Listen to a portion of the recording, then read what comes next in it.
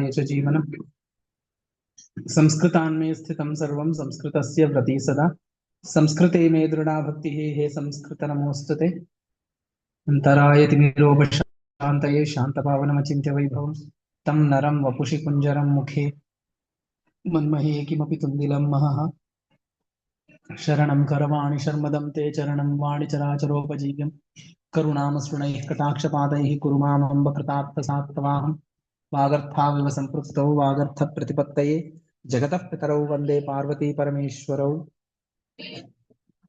शिवाय गुरवे नमः शिवाय गुरवे नमः शिवाय गुरवे नमः श्रीविष्णुरूपाय नमः शिवाय श्रीकाशी विश्वनाथाय नमः शिवाय श्रीमात्रे नमः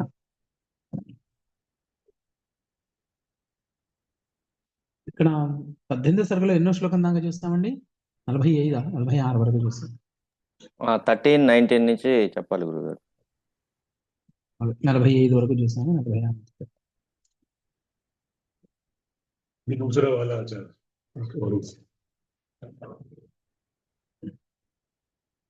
संसाराम्बोधि जठरे तृष्णा कुहरकान्तरे सुप्तस्तिष्ठति मुक्तेहो मूकोऽयं कायकच्छपः ఈ శరీరాన్ని ఈ శరీరం అనేటువంటి కాయకచ్చప శరీరం అనేటువంటి తాబేలు ఎలా ఉంది అంటే సముద్ర గర్భంలో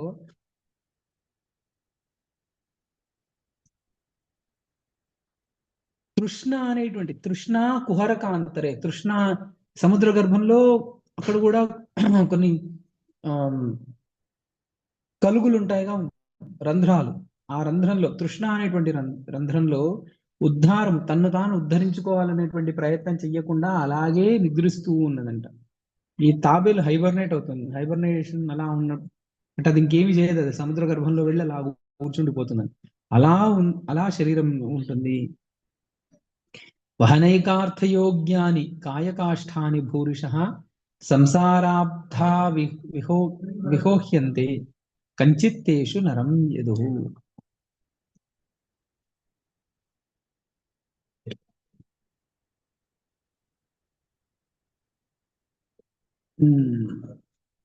సంసారం అనేటువంటి సముద్రంలో వహనైక అర్థయోగ్యాని కాయకాష్ఠాని భూరిష సంసారాబ్ధ విహోహ్యంతే కంచిత్తేషు నరం యదుః. ఇవి సంసారం అనేటువంటి సముద్రాన్ని దాటడానికి సముద్రంలో చాలా కర్రలు తేలుతూ ఉన్నాయి. కాయకాష్ఠాని భూరిష అంటే ఎన్నో శరీరాలు ఉన్నాయి సంసారం అనేటువంటి సముద్రంలో. కానీ కొన్ని మాత్రమే తేలడానికి యోగ్యం, అంటే కొన్ని మాత్రమే సంసారం అనేటువంటి సముద్రాన్ని దాటడానికి యోగ్యమైనటువంటి శరీరాలు. వాటిలో ఈ నరదేహం మాత్రమే, మానవ దేహం మాత్రమే సంసారం అనేటువంటి సముద్రంలో దాట యోగ్యమైనటువంటి శరీరం. అయితే ఈ విషయం తెలియకుండా శరీరం ఏం చేస్తోంది? ఇంద్రియాలు ఇవన్నీ కూడా శరీరంతో మమేకమైపోయి ఈ సముద్రంలో తాబేలులాగా అవి ఒక గుహలో కూర్చొని ఉన్నాయంట, ఒక్క కలుగులో కూర్చొని ఉన్నాయంట.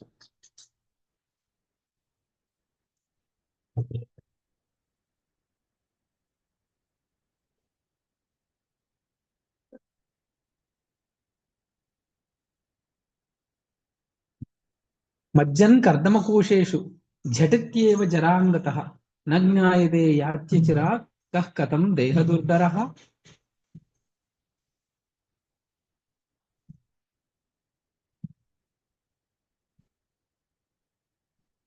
ఇప్పుడు దేహం అనే కప్ప ఎలా అంటున్నారు? దేహ దర్దుర దర్దుర అంటే కప్ప. దేహం అనేటువంటి కప్ప బురదలో మజ్జన్ కర్దమకోశేషు జటత్యేవ జనాంగతః ఆ బురదలో ఉందంట, సంసారం అనేటువంటి బురదలో ఉంది. ఎప్పుడు ముసలితనాన్ని పొందుతుందో తెలియదు. ఈ కప్పకి కూడా ముసలితనం ఎప్పుడు వస్తుందో తెలియదు. నిన్న అరుస్తున్నట్టుగానే బాగానే ఉంటుంది, ఇవాళ ముసలిదై చనిపోతుంది. నిన్నటి వరకు కప్ప విషయం అలాగే ఉంటుంది. కప్ప నిన్నటి దాకా యవ్వనంలో ఉన్నట్టు ఉంటుంది, ఇవాళ ముసలిదైపోతుంది. సాయంత్రం చనిపోతుంది ముసలితనం రాగానే. అలాగే ఈ శరీరం అనేటువంటి కప్పకు కూడా ముసలితనం ఎప్పుడు వస్తుందో తెలియదు. నిస్సార సకలారంభా కాయాశ్చ కాయాః చపలవాయవః రజో మార్గేణ గచ్చంతః దృశ్యంతే నేహకేనచిత్. నా మాట వినిపిస్తుందండి? కొద్దిగా వెనకాల ఏదో వివాహం ఏదో జరుగుతుంది, ఆ శబ్దం ఏదో జరుగుతుంది. నా మాట వినిపిస్తుంది గురుగారు. నిస్సార సకలారంభా కాయాః చపలవాయువః. ఇవి శరీరాలు ఎలాంటివి అంటే చపలవాయువు. ఈ ప్రాణాలు ఎప్పుడు పోతాయో తెలియదు, అంటే చపలమైనటువంటి ప్రాణాలు కలిగినటువంటి. రజో మార్గేణ గచ్చంతః దృశ్యంతే నేహకేనచిత్.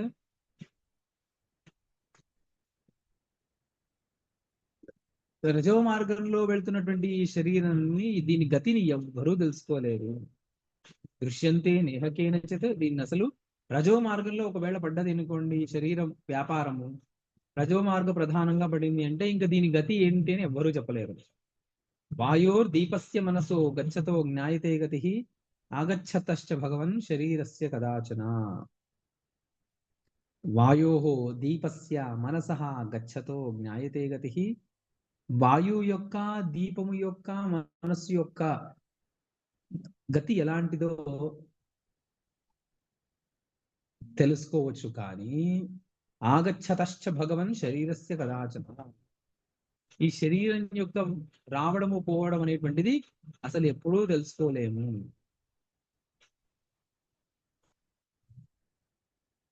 బద్ధాస్థాయే శరీరేషు బద్ధాస్థాయే జగత్స్థితౌ తాన్ మోహమదిరోన్మత్తాన్ దిగంతు పునః పునః.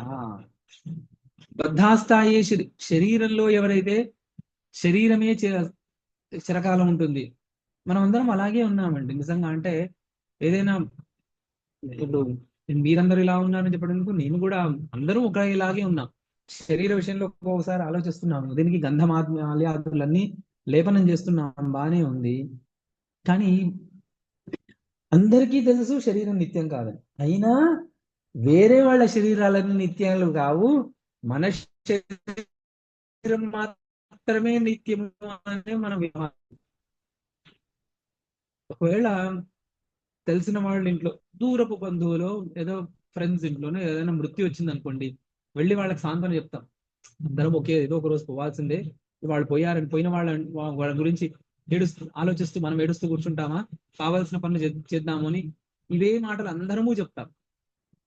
మనకి అలాంటి సందర్భం వచ్చినప్పుడు, అయ్యో నా ప్రాణాలు పోతున్నాయి, నన్ను బతికించండి అని ఏడుస్తాం. మనకు కావాల్సిన చాలా దగ్గర వాళ్ళు ఒకవేళ వాళ్ళు విగత ప్రాణులు అయిపోతే ఇంకా వాళ్ళ గురించి ఎంత ఏడుస్తామో అంత ఏడుస్తాం. అంటే వేరే వాళ్ళ శరీరాలు మాత్రం అనిత్యాలు, మన శరీరాలు మాత్రం నిత్యాలు, ఇవి అలాగే నిత్యంగా ఉంటాయి అనే భ్రమలోనే మనం చాలా కాలం బతికేస్తూ ఉన్నాము. అలా బద్ధాస్థాయే శరీరేషు బద్ధాస్థాయే జగత్స్థితో, జగత్తు నిత్యంగా ఉంటుంది, శరీరము నిత్యము అని అనుకొని తన్మోహాత్ మదిరోన్మత్తాన్. ఇవన్నీ కూడా సారవంతాలు అనుకునేటువంటి భ్రమ యొక్క మదిరని తాగిన దానితో ఉన్మత్తులైన వాళ్ళందరికీ కూడా ధిక్కారము చెప్తున్నాను. పునః దిగస్తు పునః మాటి మాటికి నేను ధిక్కారం చెప్తున్నాను. నాహం దేహస్య నో దేహో మమ నాయం అహం తథా ఇది విశ్రాంత చిత్తాయేతే మునే. నా దేహస్య మమ నాహం దేహస్య, నేను దేహానికి చెందిన కాదు. నో దేహ మమ, నాకు చెందింది నాయం అహం తథా, ఈ దేహాన్ని నేను కాదు, దేహం నేను కాదు అని ఎవరైతే విశ్రాంత చిత్తులు ఉన్నారో మునులు, ఓహో మునే, వాళ్లే పురుషోత్తములు.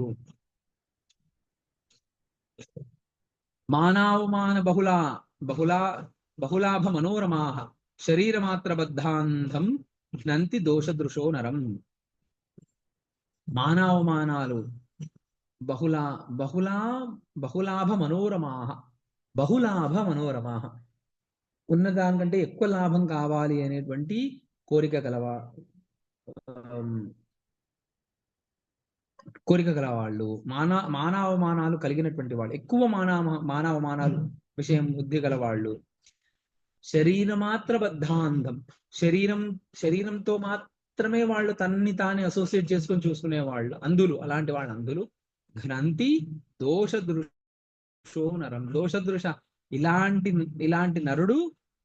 ఇలాంటి నరుణ్ణి ఈ దోష దృష్టి చంపేస్తుంది. చంపేస్తుంది అంటే ఎదురు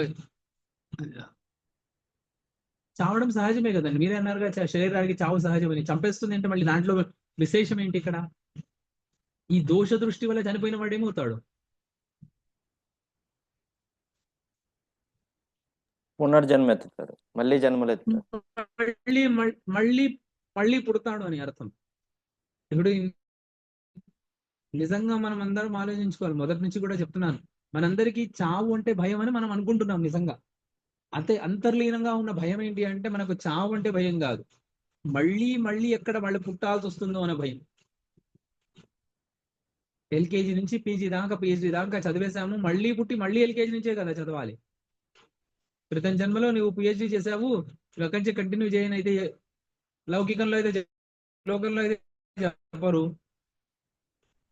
కేవలం అది సాధనలో మాత్రమే కుదురుతుంది, వేరే ఎక్కడా కుదరదు.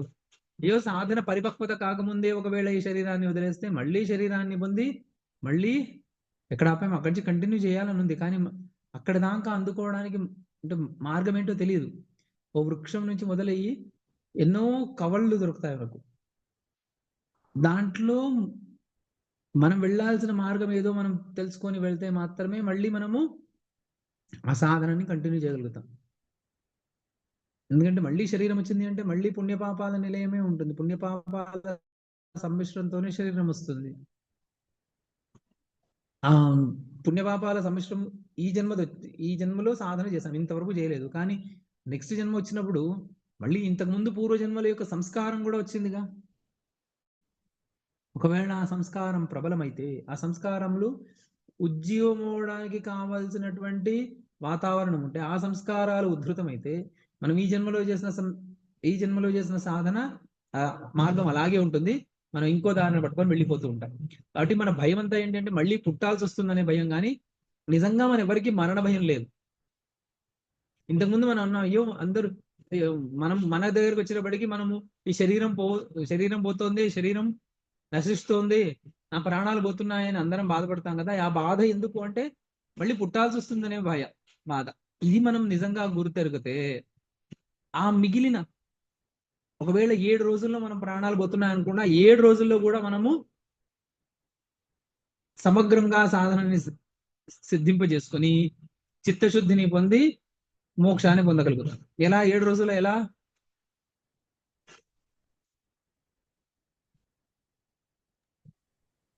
ఏడు రోజుల్లో ఎలా పొందగలుగుతాం? పరీక్షిత్ మహారాజు ఎలాగైతే 7 రోజుల్లో మోక్షాన్ని పొందాడో అలా మనం పొందాం. కానీ పరీక్షిత్ మహారాజు పుణ్యాత్ముడు కాబట్టి ఆయనకి శుకదేవులు లాంటి వాళ్ళు ఉపదేశం చేసేవాళ్ళు దొరికారు. మనకు కూడా అలాంటి వాళ్ళు దొరకాలి అంటే మళ్ళీ మనకు అంత పుణ్యం ఉంటే కానీ కుదరదు.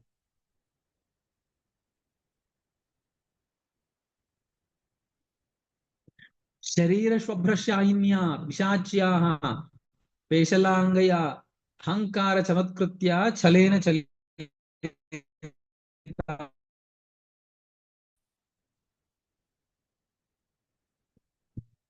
శరీర స్వభ్రశాయిని శరీర స్వభ్రశాయిన్య అనేటువంటి నిజంగా నేను అని ఎక్కడ మనం పెట్టుకోవాలి అంటే ఆ శరీర పురుష, ఎక్కడెక్కడైతే పురుషార్థాలు పురుష శబ్దం ఎక్కడైతే శాస్త్రంలో వాడారో అక్కడ 90% జీవుణ్ణి, అది జెండర్ స్పెసిఫిక్ గా చెప్పలేదు అక్కడ. పురుషేతేతి పురుష, అందరికీ సమానంగానే చెప్పారు అక్కడ. అయితే అదేమైపోయింది అంటే శరీరం అనేటువంటి బిలంలో పడుకునున్నా కూడా పేశలాంగయా పిశాచ్య అహంకార చమత్కృత్య, అహంకారము పిశాచి వలన, అహంకారం అనేటువంటి పిశాచం చేత కప్పబడి చమత్కృత్య ఛలేన చలిత వయం, ఈ తృష్ణ, ఇంతకుముందు చెప్పుకున్నాం, తృష్ణ వలన మనము మోహింపబడుతున్నాము. దీని అంతటికి అంటే సిరి సంపదలు కారణమా, మనస్సు కారణమా, ఇవన్నీ ఆలోచిస్తూ వస్తే అహంకారం కారణమా అని అంటే లేదు, వీటన్నిటికీ కారణం తృష్ణ అని అనిపిస్తుంది. అంటే ఎలాగైనా సరే మనం ఇది పొందాలి, ఇది నాది కాకపోయినా, నా వంతులో లేకపోయినా సరే దీన్ని మనం పొందాలి అని ఓ ఛలంతో మనం ఏదైతే నడుస్తున్నామో దాంతో మోసగింపబడినటువంటి వాళ్ళమై ఈ శరీరం అనేటువంటి బిలంలోనే పడుకొని ఉన్నాము.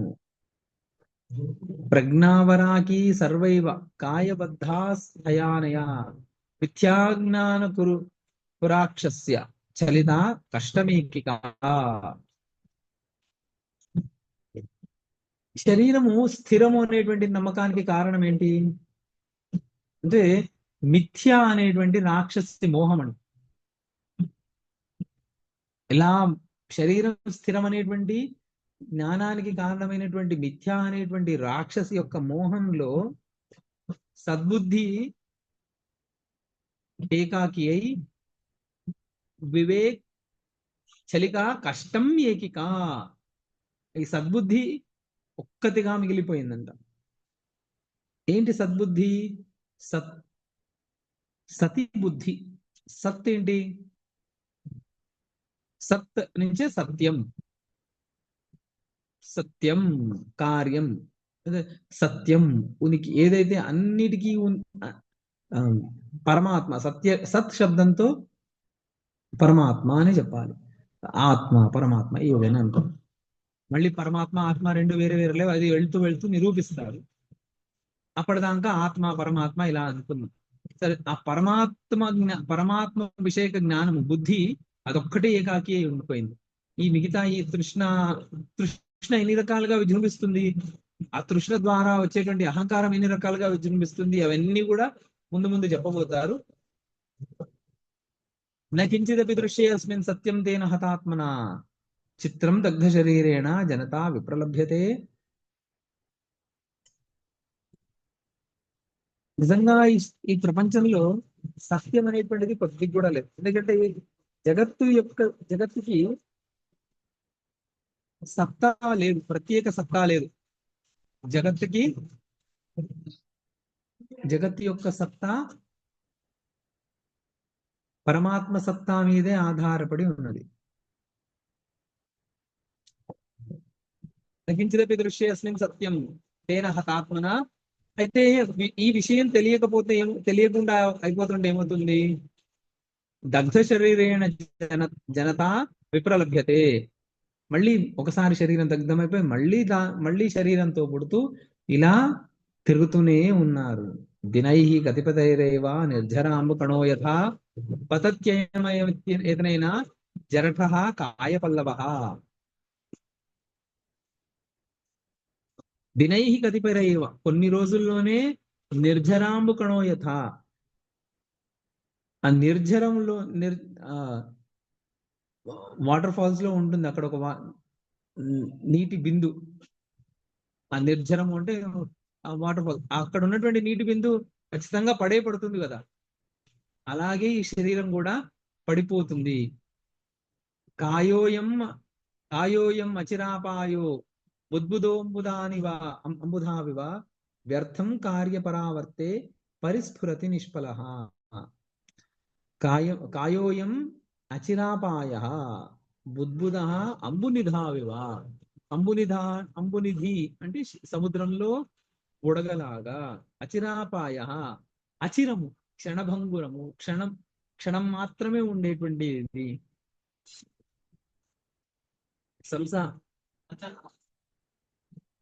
ఇలాంటి శరీరం సంసార కార్యంలో సుడిగుండంలో వ్యర్థంగా తిరుగుతోంది. మిథ్యాజ్ఞాన వికారేస్మిన్ స్వప్న సంభ్రమవత్తనే కాయే స్ఫుటతరాపాయే క్షణమాస్థానమే ద్విజ. ఈ శరీరం ఎట్లాంటిది అంటే మిథ్యాజ్ఞాన వికారే అస్మిన్ స్వప్న సంభ్రమవర్తనే కాయే. స్వప్నంలో కలిగేటువంటి శరీరాలు లాంటిదే జాగ్రత్తలో ఉన్నటువంటి శరీరం కూడా. అది దీనికి అంతటికి కారణం మిథ్యాజ్ఞాన వికారం. క్షణం ఆస్థా, క్షణం మాత్రమే ఉంటుందంట. అందుకే దీని యందు క్షణం, ఇది ఎంతవరకు ఉంటుంది, ఇది క్షణం అని నమే ఆస్థ. అందుకే దీనిలో నాకు నమ్మకం లేదు. తడిత్సు శరదభ్రేషు గంధర్వ నగరేషు చ స్థైర్యం ఏన వినితీర్ణం వినిర్ణీతం స విశ్వసితు విగ్రహే. తడిత్సు శరదభ్రేషు గంధర్వ నగరేషు చ, మెరుపుల్లో శరత్కాల మేఘాల్లో గంధర్వ నగరాల్లో స్థైర్యం ఏన వినిర్ణీతం, అవి స్థిరాలని నమ్మినటువంటి వాడే ఈ శరీరాన్ని కూడా స్థిరమని నమ్మగలుగుతాడు అని. మెరుపు మెరుపు వర్షాకాలంలో విపరీతమైనటువంటి మెరుపులు వస్తూ ఉంటాయి, ఉరుములు వస్తూ ఉంటాయి. వచ్చినప్పుడు ఎంత కాంతి వెదజల్లుతుంది. ఈ కాంతి ఇలాగే ఉంటుందా ఏంటి? అది కూడా క్షణకాలమే. అలాగే శరత్కాలంలో వచ్చేటువంటి మేఘాలు అవి కురిస్తే ఎక్కడో 4 చుక్కలు కురుస్తాయి అంతే, కానీ దానివల్ల పంటలు పడిపోతాయి, దానివల్ల నదులు ఏరులు వంకలన్నీ పొంగి పొర్లుతాయి అనేది మాత్రం అబద్ధం. శరత్కాల మేఘంలో, తడిత్తులో, మెరుపులు, అలాగే గంధర్వ నగరంలో అంటే ఆకాశంలో కనిపించేటువంటి ఆ మేఘాల మధ్యలో కనిపించేటువంటి కొన్ని నగరాలు. చాలాసార్లు మనం ఎన్నో నగరాలు కనిపిస్తుంది, వాటికి గంధర్వ నగరం అని పేరు. అవి స్థిరమని అనుకునేవాడు వాడు మాత్రమే శరీరం స్థిరమని నమ్ముతాడు. నమ్ముగాక విశ్వసతు, అలాంటి వాడే నమ్మని శరీరం స్థిరమని. సతత భంగుర కార్య పరంపరా విజయజాత జయం హఠవృత్తిషు ప్రబల దోషమిదం తు కలేబరం తృణమివాహం అపోహ్య సుఖం స్థిత. అసలు నిజంగా చెప్పాలి అంటే ఇంతకుముందు చెప్పినట్టుగా క్షణభంగురమైనటువంటి గంధర్వ నగరాలని నమ్మినటువంటి వాడే శరీరం స్థిరమని నమ్ముగాక అని అన్నాం కదా. నిజంగా ఈ శరీరము గంధర్వ నగరం కంటే క్షణికమైంది. క్షణభంగురత్వంలో ఆ గంధర్వ నగరం కంటే అంతకంటే ఇది టెంపరీ. దీన్ని ప్రబల దోషమిదం తు కలేబరం తృణమివ అహం అపోహ్య, ఇది నేను గడ్డిపోచా అని అనుకున్నాను కాబట్టి నేను సుఖంగా ఉన్నాను. నేను సుఖంగా ఉన్నాను, కానీ నా చుట్టుపక్కల ఉన్న వాళ్ళు ఏమనుకుంటున్నారంటే నేను ఏదో బాధపడుతూ ఉన్నాను అని చెప్పి రాముడు తన వైరాగ్యానికి కారణం, తన స్థితికి కారణం అని చెప్పి చెప్పాడు. దీంతో 18వ సర్గ పూర్తయింది. శ్రీరామ ఉవాచ లబ్ధ్వాపి తరళాకారే కార్యభార తరంగిణి సంసార సాగరే జన్మ బాల్యం దుఃఖాయ కేవలం. మిగతా అవస్థలన్నీ ఎలా ఉన్నాయి, అవన్నీ ఎలా దుఃఖానికి కారణమై ఉన్నాయి అని చెప్పి లబ్ధ్వాపి తరళాకారే బాల్యం దుఃఖాయ కేవలం. అసలు సంసార సాగరంలో బాల్యావస్థ అనేటువంటిది ఉంది కదా, అది నిజంగా దుఃఖానికి మాత్రమే ఉండదు. ఏదేది ఇష్టపడతామో అవి ఏవి లభించవు. అక్కడ పిచ్చి పిచ్చి వాటి మీద ఇష్టం పుడుతూ ఉంటుంది.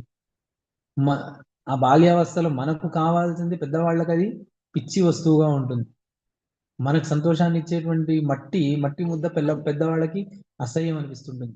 మట్టిలో చేయబెట్టగా చిచ్చి మట్టిలో చేయబెట్టగాని చేయి అడిగించేస్తారు. కానీ బాల్యావస్థలో మట్టిలో చేతులు పెట్టడానికే ఇష్టం. ఏదో మట్టి ముద్ద చేసి అలా ఇలా ఆడుకుంటూ చేతి ఒళ్ళంతా మట్టి రోసుకోవడం ఇవన్నీ ఉన్నాయి.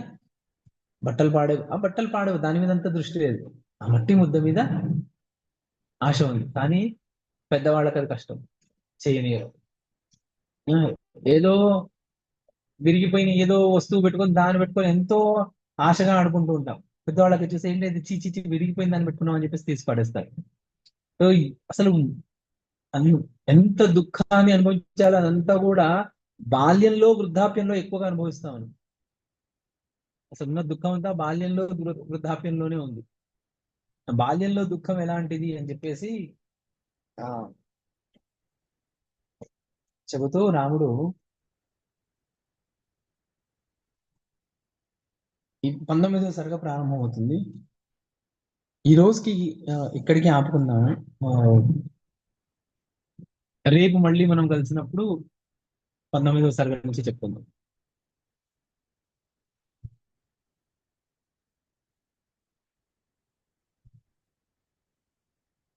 ఏమండి? అలాగే గురుగారు. అలా- అలాగే గురు. అలాగే అలాగే గురుగారు. గురుగారు. అలాగే గురుగారు. గురు బ్రహ్మ గురు విష్ణు గురుర్దేవో మహేశ్వర గురు సాక్షాత్ పరబ్రహ్మ తస్మై శ్రీ గురవే నమః. సంస్కృతం మే ప్రియా భాషా సంస్కృతం చింతయామ్యహం సంస్కృతేన సదా వచ్మి సంస్కృతాయ చ జీవనం సంస్కృతాన్మే స్థితం సర్వం సంస్కృతస్య వ్రతి సదా సంస్కృతే మే దృఢా భక్తి హే సంస్కృత నమోస్తుతే.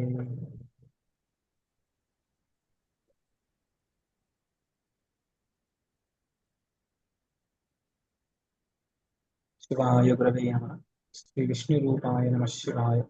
శ్రీ కాశీ విశ్వనాథాయ నమః శివాయ. శ్రీమాత్రే నమః.